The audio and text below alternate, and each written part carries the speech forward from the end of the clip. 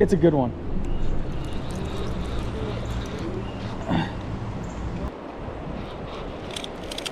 Woo! What is going on, guys? My name is Brandon with Dude Gone Fishing, and today we are going steelhead and trout fishing at one of my favorite spots. This is a river that's a tributary to one of the main rivers running into Lake Michigan, so it has lake run brown trout, steelhead, along with rainbow and brown trout that live year-round in the river.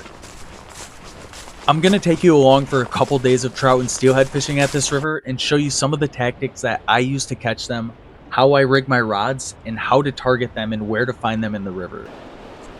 Since I'm targeting steelhead right now, I've been bringing my center pin and running a bobber rig. All this consists of is a bobber or a float up top, followed by weight below it, and then your bait below that. So one of the things I've been using lately is these creek bugs. These are made by a ton of different brands, but this is to imitate a stonefly, which is found in a ton of different river bottoms. So I've been using this as my second bait, and then above this, I've been running a single orange bead.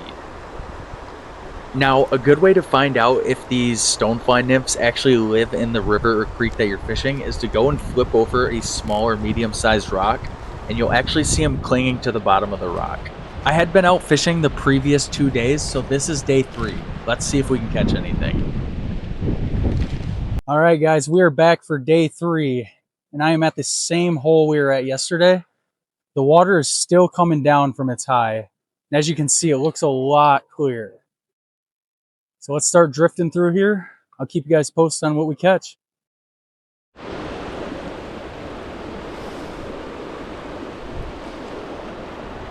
The first thing I always do when I get to a hole is to look for the best spot to cast first.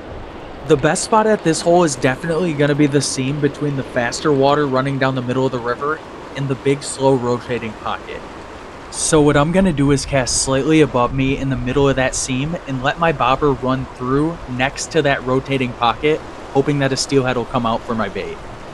After that, I continued taking casts closer to me before taking casts further away. I fished for a while longer but didn't want to waste too much of my time at the same spot, so I decided to move on. All right, we're going to walk over to this island and fish down one of the sides of it. I think there's a pretty good hole off the side of it. Looks pretty deep, and I'm hoping some steelhead should be sitting there.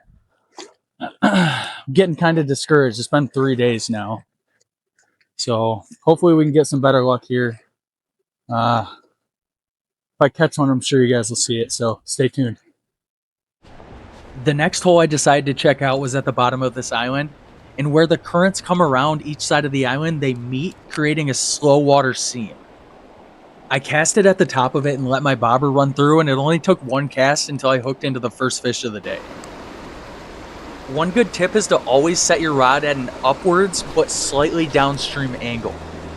Setting at a slightly downstream angle gives you a better chance of hooking into the side of the fish's mouth, while setting upstream gives you a better chance of pulling your bait right out of the fish's mouth. I was able to get a good hook set on this fish, and it obviously wasn't a steelhead by the way it was fighting, but I was still happy to see when I got it up to me that it was a nice wild brown trout. This is an awesome little brown trout, guys. Check it out. Crush that bead. This wrapped it up for day 3, but I had no idea what was in store for the next day. There's so many cars, but there's no people. I didn't see anybody fishing. I saw 2 guys just go out over there. They probably just got into it. Huh. Alright, ready? Yeah? The next morning I went to the river with my brother, and we decided to start fishing under the bridge that we parked at. The hole under this bridge is super slow and deep, so I had to move my float way up. I cast it a couple times and let my float run down, and it only took a couple times before it went shooting down. Oh, got one. It's a good one. I initially thought it was a small steelhead because of how hard this fish was fighting, but it didn't take long to realize that it was just another brown trout.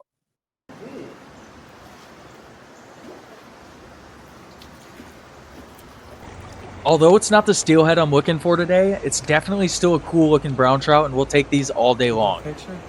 I fished with my brother for a bit longer after this before going home, but I decided to come back that night for one last quick session.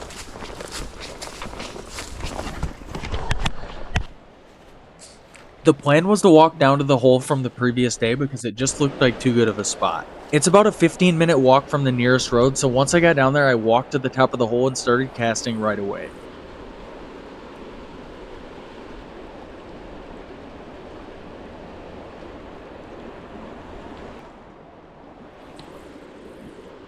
I kept drifting through the same area, making slight adjustments to my cast each time.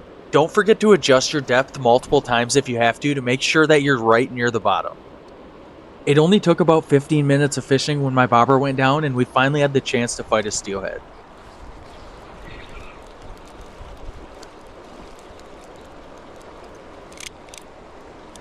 There we go.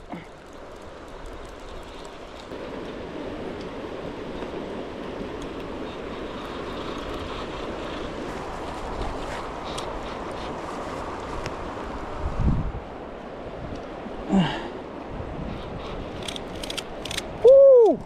You could definitely tell this was a steelhead because of how it was fighting and how much it was jumping through the water. Every time I was able to reel it in a little bit, it just kept pulling more line out from me.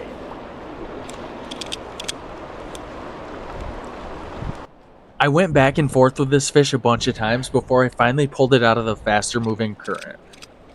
At this point, it made it a lot easier to start getting the fish closer to me.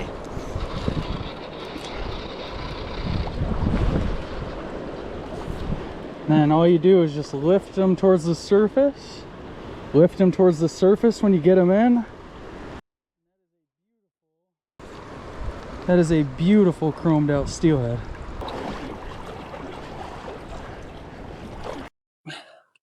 All right, guys.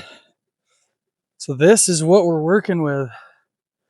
This is what you call your average fresh spring steelhead.